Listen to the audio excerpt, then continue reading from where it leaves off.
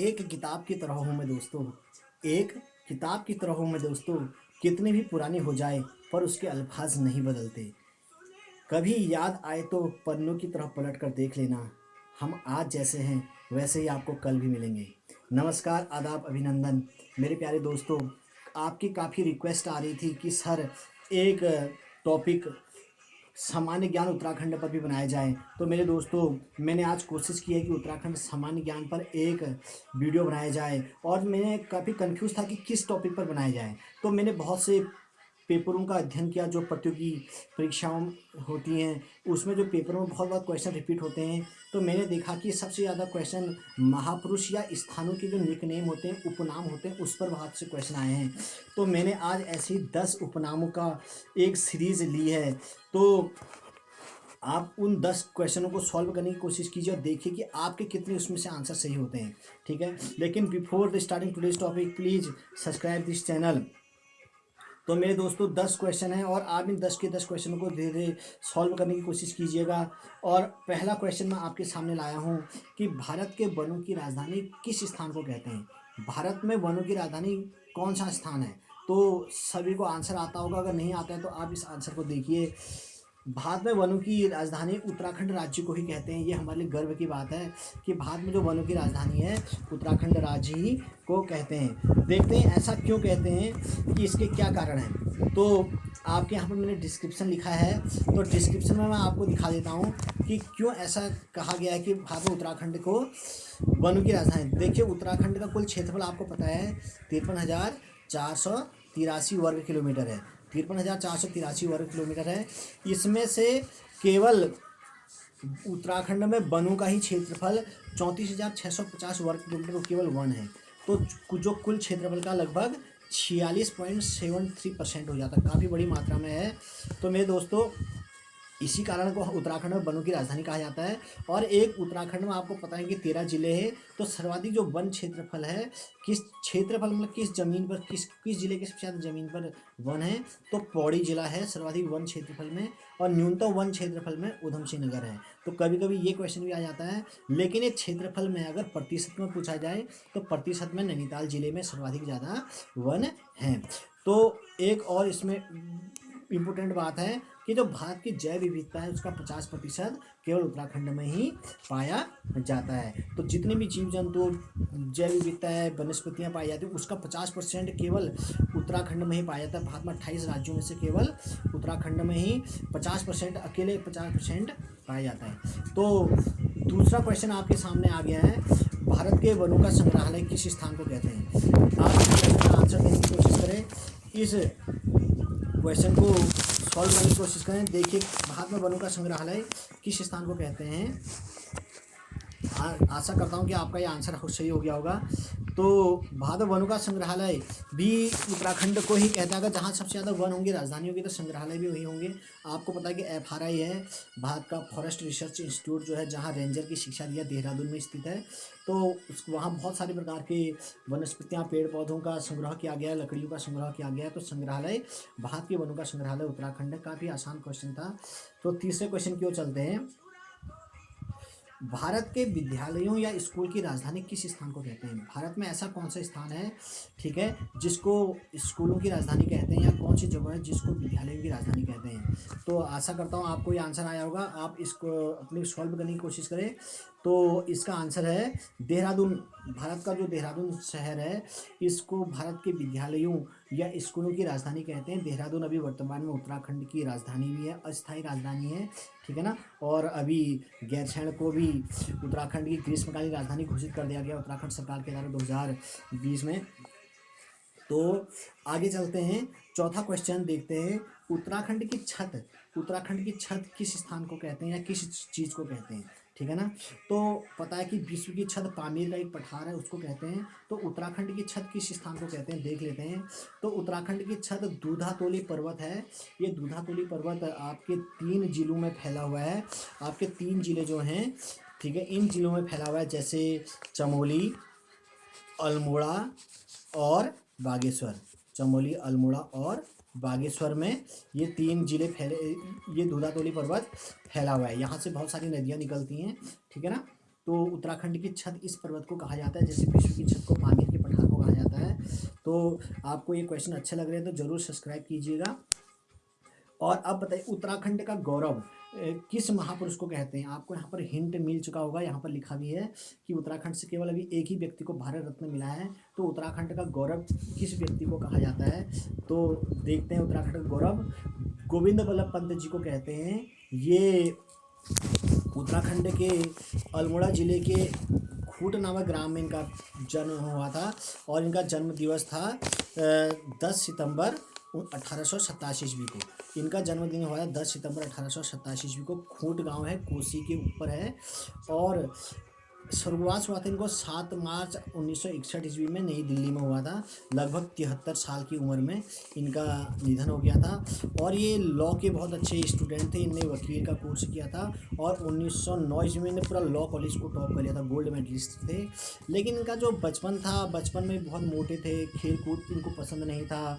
तो हमारे वहाँ कहते हैं ना बचपन में थैल जैसा हो गया है, तो वैसे ही इनके साथ भी था कि इनको थपुआ कहते थे। थपुआ इनका एक निकनेम है, इनको थपुआ के नाम से भी जाना जाता था। बचपन में इनको थपुआ कहते थे और इनको दोस्त महाराष्ट्र भी कहते थे। अब देखो दोस्त महाराष्ट्र क्यों कहते थे, क्योंकि इनकी मम्मी का नाम था गोविंदी बाई और इनकी मम्मी के नाम पर ही इनका नाम गोविंद पड़ा था। गोविंद वल्लभ पंत जो थे, गोविंद इनकी मम्मी के नाम पर ही पड़ा था और मम्मी इनकी महाराष्ट्रियन थी, महाराष्ट्र फैमिली से थी, तो इसलिए इनको महाराष्ट्र, दोस्त महाराष्ट्र भी कहते हैं। ये बहुत इंपॉर्टेंट चीज़ थी।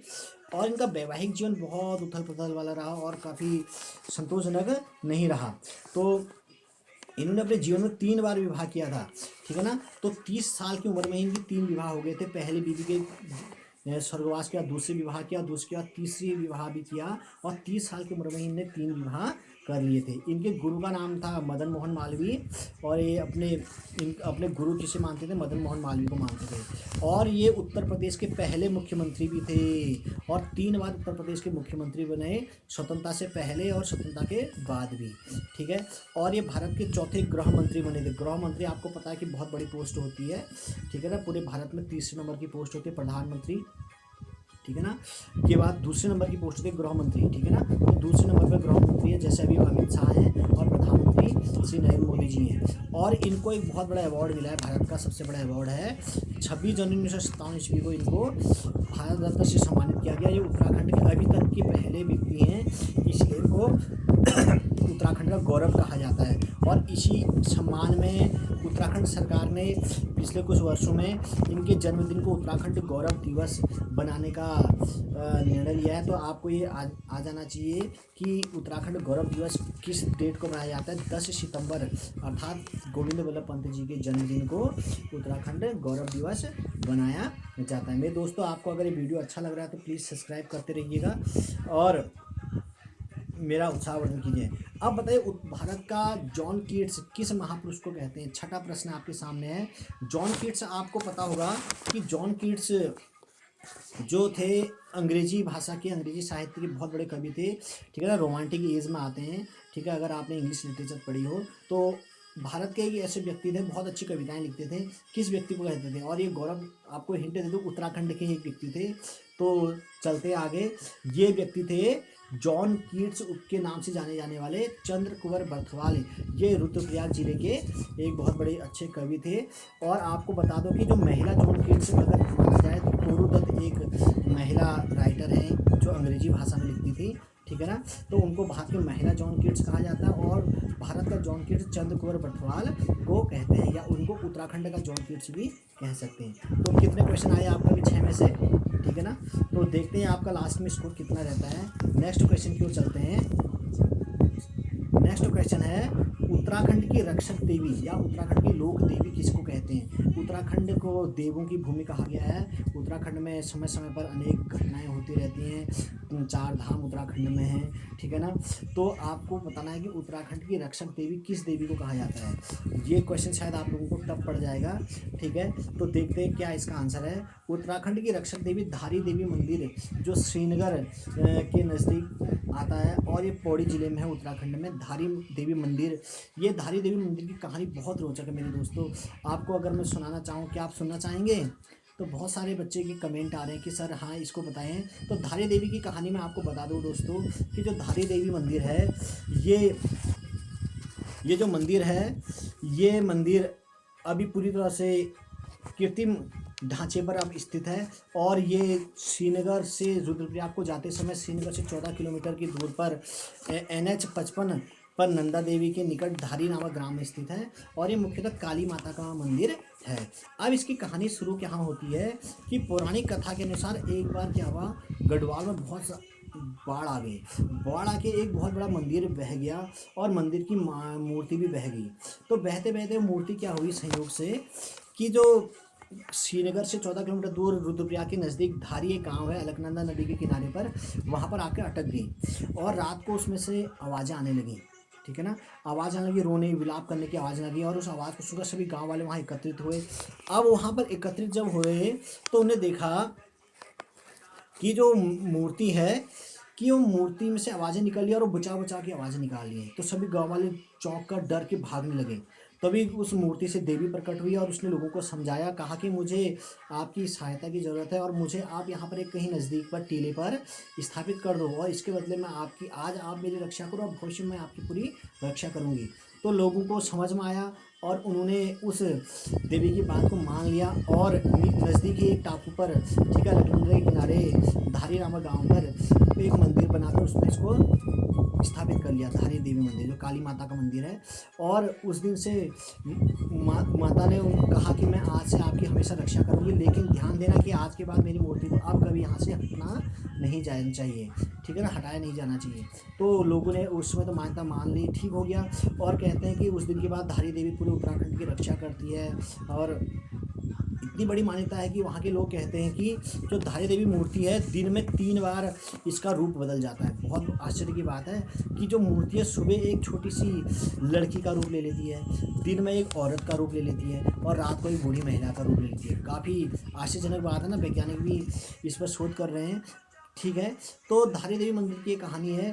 तो अब क्या होता है, जब कुछ समय बाद ऐसे चलते चलते हम वर्तमान में आते हैं तो यहाँ पर उस समय के 3 पुजारी थे जो यहाँ के पंडिताई का काम करते थे। 3 पंडित भाई थे, आज भी उनके वंशज ही वहाँ पूजा करते हैं और 4-4 महीने मिलाकर वो वहाँ का पूजा पाठ करते हैं। 3 भाई थे तो तीनों के 4-4 महीने एक भाई को मिला तो 4-3-12 महीने, 1 साल भर वहाँ पर पूजा होती है। और माता ने कहा था कि इस मंदिर को कभी हिलाना मत, डुलाना मत, तो भविष्य में भी इस स्थान को कभी परिवर्तन मत करना। लेकिन एक घटना हो जाती है 1882 में उस समय के जो राजा होते हैं उनने इसको हटाने का प्रयास किया और कहा कि ये तो अंधविश्वास है। लेकिन तभी देखते हैं कि उस समय आपको याद होगा कि केदारनाथ में बहुत बड़े बाढ़ आई थी 1882 ईस्वी में, है ना। तो उसके बाद किसी की हिम्मत नहीं पड़ी। फिर अभी कुछ समय पहले उत्तराखंड में नए नए बांध बन रहे हैं, बिजली परियोजनाएं चल रही हैं। तो श्रीनगर में एक बांध बनाया जा रहा है जिसका कि पानी से धारी देवी मंदिर डूबने लगा। तो 16 जून 2013 को 13 ठीक है 16 जून 2013 को ये जो आपको डेट दिख रही है 2013 को, इस दिन यहाँ की मूर्ति को हटाकर एक सीमेंट के पिलर बनाकर जो आपको यहाँ पर दिखाई दे रहा है, ठीक है ना, इस पिलर पर ऊपर रख दिया गया। और जिससे कि कहते हैं कि देवी बहुत रुष्ट हो गई, बहुत लोगों ने यहाँ पर विरोध किया था। लेकिन और उसी रात को लोगों ने कहा था कि इसका बहुत बवाल होगा, लेकिन वैज्ञानिकों ने इसे नहीं माना और कहते हैं कि संयोग की बात है उसी रात 16 जून 2013 को केदारनाथ में फिर आपदा आ गई और वो आपदा आज तक के भारत के इतिहास की सबसे बड़ी आपदा है। तो मेरे दोस्तों ये आपको शायद कहानी पता चल गई होगी और बहुत से लोगों को ये कहानी नहीं पता होगी। तो हम आगे चलते हैं। क्या कमेंट में ज़रूर लिखिएगा आपको ये कहानी कैसे लगी। और आपको अगर ये कहानी अच्छे से पढ़नी है तो आप इसका स्क्रीनशॉट ले लीजिएगा और आप इसके स्क्रीनशॉट से भी इस वीडियो को देख सकते हैं। अब आपके चलते हैं, अभी हमने लोक देवी पढ़ा, अब लोक देवता उत्तराखंड के रक्षक देव या लोक देवता किसे कहते हैं। लोक देवी तो आपको पता है धारी देवी मंदिर, ठीक है, गढ़वाल में था। लोक देवा बहुत आसान क्वेश्चन है, देख लेते हैं इसका आंसर क्या है। सभी लोगों का आंसर इस फोटो को देखकर समझ गए होंगे। ये चितेई गोलू देवता मंदिर उत्तराखंड अल्मोड़ा में है। तो आप इस मंदिर को देख लें और चितेई गोलू देवता मंदिर को उत्तराखंड के रक्षक देव भी कहते हैं, ठीक है ना। तो 8 क्वेश्चन हो गए, देखते हैं आपके कितने क्वेश्चन आ रहे हैं। अगर आपके 6 से ज़्यादा क्वेश्चन आ रहे हैं तो इसका मतलब आप अच्छे प्रयास कर रहे हैं। अदरवाइज़ आपके नॉलेज बढ़ाने के लिए मुझे नया कुछ करना पड़ेगा और आपको नए नए जीके के क्वेश्चन और डिस्क्राइब करते हुए बताने पड़ेंगे, जिससे कि आपको एक साथ कितने क्वेश्चन हो जाएंगे। तो चिते गोलू देवता। अब उत्तराखंड का सर्वोच्च न्यायालय किस स्थान को कहते हैं? आप बताइए उत्तराखंड का सर्वोच्च न्यायालय। देखो आपको पता है कि सर्वोच्च न्यायालय तो देश में दिल्ली है और उत्तराखंड का उच्च न्यायालय हाई कोर्ट है। लेकिन आध्यात्मिक दृष्टि से जो हमारा भारत उत्तराखंड देवभूमि है, तो यहाँ पर हम देवताओं पर न्याय पर भरोसा करते हैं। तो उत्तराखंड का सर्वोच्च या सर्वोच्च न्यायालय किसे कहते हैं? गोलू देवता मंदिर को कहते हैं। आपने अभी देखा कि यहाँ पर लोग नई नई चिट्ठियाँ लिखते हैं, चिट्ठियाँ यहाँ पर आपको दिखाई दे रही हैं कि ये चिट्ठियाँ यहाँ पर मांग पत्र लिखे हैं लोगों के द्वारा, तो इसलिए इसको सर्वोच्च न्यायालय भी कहते हैं उत्तराखंड का। तो आप इस वीडियो को जरूर देखिएगा। और आगे देखते हैं उत्तराखंड के रक्षक देवता। और आप आज का नवा क्वेश्चन है, उत्तराखंड की अंतिम दिव्य अदालत। लोक देवता देखा, एक तो सुप्रीम कोर्ट है, एक ऐसी दिव्य अदालत भी कहा जाता है। सुप्रीम कोर्ट के बाद अंतिम दिव्य अदालत किस स्थान को कहा जाता है? देखते हैं। ये न्याय की देवी के नाम से भी जानी जाती हैं। ये अगर आपको कमेंट में लिखते रहिएगा कैसा आपको लग रहा है। न्याय की देवी भगवती देवी, ये आपको बता दें कि थल कोकिला देवी भगवती देवी मंदिर है, कोटीगाड़ी पाखू, थल से 12 किलोमीटर दूर पिथौरागढ़ जिले में आता है। इस मंदिर को अंतिम दिव्य अदालत भी कहा जाता है। सुप्रीम कोर्ट तो चितई गोलू देवता मंदिर अल्मोड़ा को कहा जाता है। तो उत्तराखंड की अंतिम दिव्य अदालत कोकिला देवी मंदिर, कोटगाड़ी पाखू, थल पिथौरागढ़ का मंदिर है। इस मंदिर को न्याय की देवी भी कहा जाता है। आपने सुनी होगी कि कालिदास बचपन में बहुत ज़्यादा, कालिदास की जन्मस्थली या कालिदास की तपस्थली भी कहाँ है? पिथौरागढ़ में ही है। तो कालिदास बहुत मूर्ख थे अपने टाइम पे, कहा जाता है कि पूर्व में वो मूर्ख थे। तो एक बार वो एक शास्त्रार्थ करने चले गए थे, तो विद्वान ने बोला, एक इशारा, उंगली का इशारा किया तो उन्होंने कहा 2, ठीक है ना। तो वहाँ सभी लोग तो समझ नहीं पाए, लेकिन शास्त्रार्थ करने वाला समझा कि ये कह रहा है कि उस व्यक्ति ने कहा था एक भगवान है, ठीक है ना। तो कालिदास ने कह दिया कि 2 उंगलियां कर दी। कालिदास ने दूसरे ढंग से कहा कि उसने कहा मैं तेरी एक आंख फोड़ूंगा। कालिदास ने सोचा कि ये मेरे से ऐसा बोल रहा है तो मैं उसकी 2 आंख फोड़ दूंगा। लेकिन जो शास्त्रार्थ करने वाले थे उन्होंने उसका उल्टा मीनिंग समझ लिया। कहा कि ये हमने कहा कि भगवान एक है, एक व्यक्ति चलाता है, भगवान चलाता है। लेकिन कालिदास ने कहा कि नहीं, भगवान 2 होते हैं, एक देवता और एक देवी। और ये घटना भगवती मंदिर में ही घटी मानी जाती है। तो ये भी आपको एक एडिशनल कहानी बता दी कि कालिदास की जीवनी यहीं से शुरू होती है, इसी मंदिर से। तो यहाँ पर कालिदास भी रहे थे। तो मेरे दोस्तों आज के 10 क्वेश्चन है। आप ईमानदारी से बताइएगा कि आपको कितने क्वेश्चन इसमें से आए। लेकिन अब इसका मैं आपको एक और क्वेश्चन देना चाहता हूँ कि आप एक क्वेश्चन को सॉल्व कीजिए। उत्तराखंड में कौओं का पावन धाम किस स्थान का, जहाँ कौवे का स्वर्ग, जहाँ कौवे बहुत ज़्यादा पाए जाते थे पहले से, तो किस स्थान को कहा जाता है? उत्तराखंड में कौओं का पावन धाम और उत्तराखंड में कौओं का नरक, ठीक है ना, वर्जित स्थान किस स्थान को कहते हैं? ये आज का सवाल है। आप इस सवाल को सॉल्व कीजिए और कमेंट में लिखिए, और मैं अगली वीडियो में इसका आंसर आपको दूंगा। आशा करूंगा कि आपको ये वीडियो बहुत पसंद आई होगी, और मैंने कोशिश की कि डिस्क्राइब भी इस क्वेश्चन को करते रहूं, और आपको इन 10 के साथ साथ कम से कम 15-20 क्वेश्चन एक्स्ट्रा भी आपको मिल चुके होंगे। जरूर इसको शेयर कीजिए, सब्सक्राइब कीजिए, अपने दोस्तों को पढ़ाइए। और आज की प्रतियोगिता परीक्षाओं के लिए इस प्रकार के क्वेश्चन आपके लिए बहुत ज़रूरी हैं। नमस्कार, धन्यवाद, आपका दिन मंगलमय।